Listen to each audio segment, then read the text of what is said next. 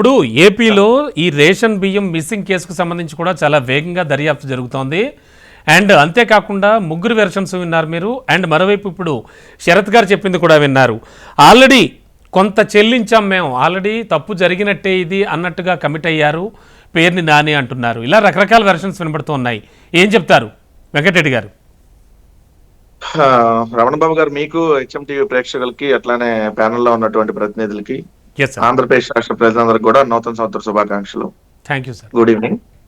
ఇప్పుడు అధికారంలోకి వచ్చి దాదాపుగా 7 నెలలు కావస్తుంది. ఎందుకంటే రేపు 4వ తారీఖు వస్తే 2 రోజులు, రేపు 4వ తారీఖు వస్తే 7 నెలలు వీళ్ళు అధికారంలోకి వచ్చి వైఎస్ఆర్ కాంగ్రెస్ పార్టీకి సంబంధించినటువంటి గ్రామ స్థాయిలో ఉన్నటువంటి కార్యకర్త నుంచి, సోషల్ మీడియా కార్యకర్త నుంచి, ఏదైతే రాష్ట్రంలో ఏదైతే ప్రజాప్రతినిధిగా చేసినటువంటి ఎమ్మెల్యేలో, లేదంటే ఎంపీటీసీలో, జెడ్పీటీసీలో, లేదంటే మాజీ మంత్రులు, మాజీ ఎంపీలో ఎవరిని వదలకుండా కేసులు పెట్టి అనేక మందిని అరెస్టులు చేశారు. దానిలో భాగం పేరు నాని గారిని ఎట్టొకటి అరెస్ట్ చేయాలి.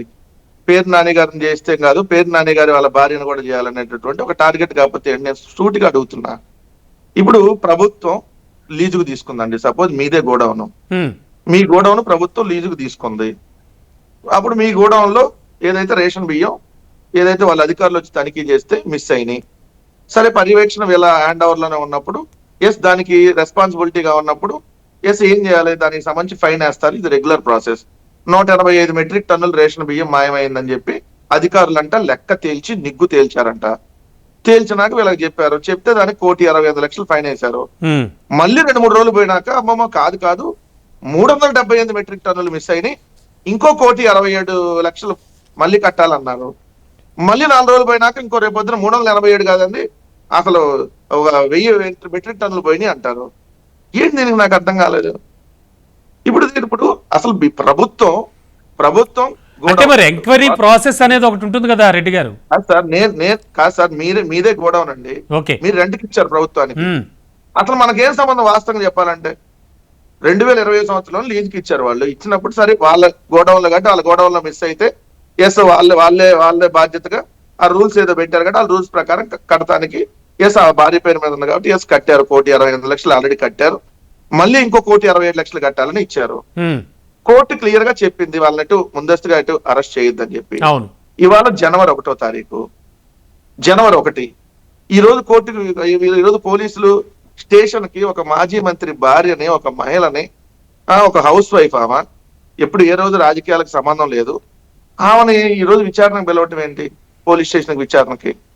ఇప్పుడు వీళ్ళు రేషన్ మాఫియా గురించి చెబుతున్నారు కదా, పిలుస్తున్నట్టున్నారు కదండి విచారణకి. లేదు, కోర్టు ఆల్రెడీ చెప్పింది. కోర్టు ఆల్రెడీ అరెస్టుకు సంబంధించిన దాంట్లో చెప్పిన విచారణకు పిలిస్తే రాకుండా ఎప్పుడు ఉండరండి. విచారణ నోటీసులు ఇచ్చి విచారణ రమ్మంటే వస్తారు.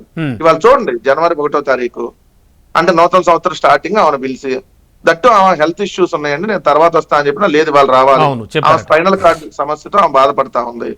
అయినా కూడా ఈరోజు పిలిచారు, సరే విచారణకు వెళ్ళారు. నేను సూటిగా అడుగుతున్నా, రేషన్ మాఫియా ఎస్ కంట్రోల్ చేయండి.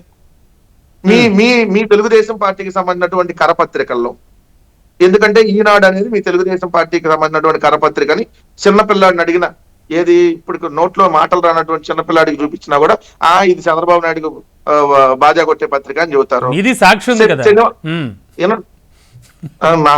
రమణ బాబు గారు, మీరు అమాయకుల్లాగా ఉన్నారు. మేము సాక్షి పత్రిక మాది కాదని నేను చెప్పలా, మాదనే చెబుతున్నాం. కానీ అవతల చెబుతారు కదా చాలా పెద్ద మనుషులు, మాకేం పత్రికలు లేవండి, మాది ఈనాడు మాకు సంబంధం లేదండి, ఆంధ్రజ్యోతి బూత్ పత్రిక మాకు సంబంధం లేదండి, బూత్ మాటలు మాట్లాడే వాళ్ళ గురించే చెబుతున్నా. ఆ కోణంలో మీరు ఉండరు కాబట్టి మీకు మళ్ళీ చెప్పాలి కానీ చెబుతున్నా. మీరు అట్లయితే ఆ పత్రికలు వాళ్ళకి కాదని మీరైతే చెప్పరు కదా, మీ నోటితో చెబుతూ మీకు కూడా చెప్పాల్సి వచ్చి సమాధానం. ఇది శనివారం నవంబర్ 16, 2024, అంటే ఇప్పుడు నెలన్నర క్రితం రెచ్చిపోతున్న రేషన్ మాఫియా. ఈనాడు పత్రికలో రెచ్చిపోతున్న రేషన్ మాఫియా, దాంట్లో కార్డుదారులకు ఇవ్వకుండా నేరుగా నల్ల బజారుకి. చంద్రబాబు నాయుడు గారి కూటమి ప్రభుత్వం అధికారంలోకి వచ్చిన 6 నెలలకి ఈనాడు దినపత్రిక రాసిన వార్త, కార్డుదారులకు ఇవ్వకుండా నేరుగా నల్ల బజారుకే. రేషన్ మాఫియా అక్రమాలు రోజు రోజుకు పెరిగిపోతున్నాయి. చివరికి కార్డుదారులకి పంపిణీ చేయక ముందే బియ్యాన్ని నల్ల బజార్లకు తరలించేస్తున్నారు. బియ్యం కావాలని ఎవరైనా అడిగితే వచ్చే నెలలో తీసుకోమని చెబుతారు.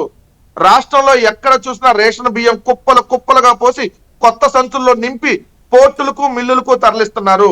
మాఫియాకి సహకరించి ఆయా మండలాల్లోని ప్రజాప్రతినిధులు అధికారులకి నెలకి 5 లక్షల చొప్పున ముట్ట చెప్తున్నారు.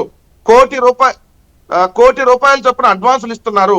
ఉమ్మడి శ్రీకాకుళం జిల్లా నుంచి చిత్తూరు జిల్లా వరకు 90% ప్రాంతాల్లో రేషన్ మాఫియా తమకు అదుపు లేదన్నట్టుగా వ్యవహరిస్తుంది. ఇది ఏ పత్రిక సార్? ఈనాడు. ఎవరున్నారండి ప్రజాప్రతినిధులు? 164 మంది ప్రజాప్రతినిధులు ఏ పార్టీకి సంబంధించి ఉన్నారు? అధికారులు ఏ ప్రభుత్వంలో పనిచేస్తున్నారు? మరి ఏ అధికారి మీద మీరు చర్య తీసుకున్నారు?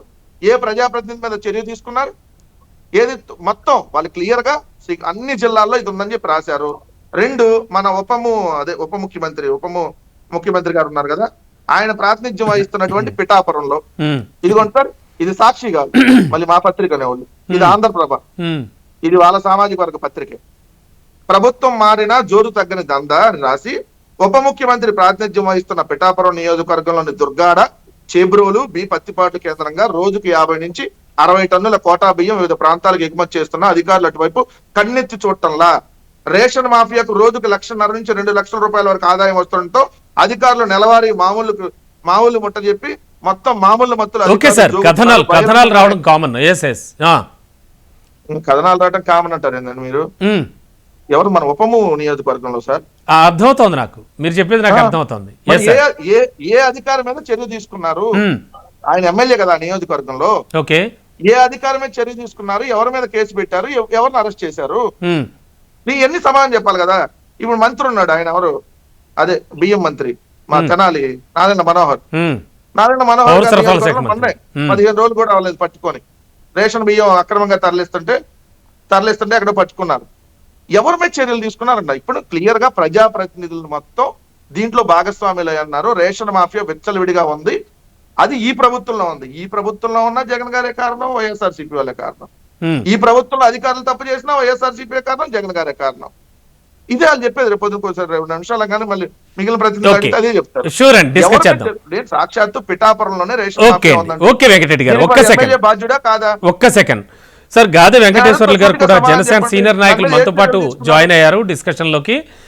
వాళ్ళ బిగ్ డిబేట్ లో ఆయనతో కూడా మాట్లాడుతాం. సార్ ఒక్క నిమిషం వెంకటరెడ్డి గారు, మనకు చాలా సమయం ఉంది, మాట్లాడదాం. దీన్ని కూడా కలిపి సమాధానం చెప్పాలండి. షీజ్ ద షిప్ అన్నకు ముందే 2 రోజుల ముందు కలెక్టర్ గారు ఆల్రెడీ అక్కడ ఏదో షిప్ లో ఒక ఎన్నో మెట్రిక్ టన్నులు 150-600 టన్నులు ఏదైతే బియ్యాన్ని సీజ్ చేశారన్నారు కదా, ఆ బియ్యం ఎక్కడి నుంచి వచ్చినాయి? ఓకే, ఏది పులివెందుల నుంచి వచ్చినాయా, కుప్పం నుంచి వచ్చినాయా, పిఠాపురం నుంచి వచ్చినాయా? దానికి సహకరించిన రాష్ట్ర వ్యాప్తంగా చాలా ప్లేసెస్ అండి, ఆ ప్లేస్ ఈ ప్లేస్ అని లేదు, చాలా ప్లేసెస్ నుంచి వస్తూ ఉన్నాయి. అయిందండి సార్. రమణ బాబు గారు చెప్పండి. 1.5 నెలన్నర అయింది, మొన్న కాదు. సార్ ఎంక్వైరీ నడుస్తోంది అంటున్నారు వాళ్ళు. ఓకే, మనం చర్చిద్దాం. ఒక్క సెకండ్ సార్.